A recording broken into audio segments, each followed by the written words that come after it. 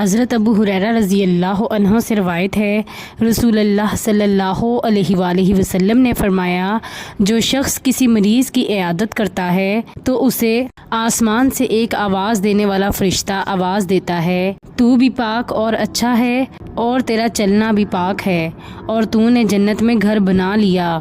سنن ابن ماجہ، حدیث نمبر 1443۔ حضرت عمر بن خطاب رضی اللہ عنہ سے روایت ہے، نبی صلی اللہ علیہ وآلہ وسلم نے مجھ سے فرمایا، جب تو کسی مریض کے پاس جائے تو اسے کہہ کہ تیرے لیے دعا کرے، کیونکہ اس کی دعا فرشتوں کی دعا کی طرح ہے۔ سنن ابن ماجہ، حدیث نمبر 1441۔ حضرت انس بن مالک رضی اللہ عنہ سے روایت ہے، انہوں نے فرمایا، نبی صلی اللہ علیہ وآلہ وسلم ایک بیمار کے پاس اس کی عیادت کے لیے تشریف لے گئے۔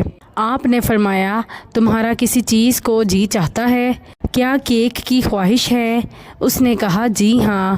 چنانچہ صحابہ رضی اللہ عنہم نے اسے کیک یعنی ایک خاص قسم کی روٹی منگوا دی۔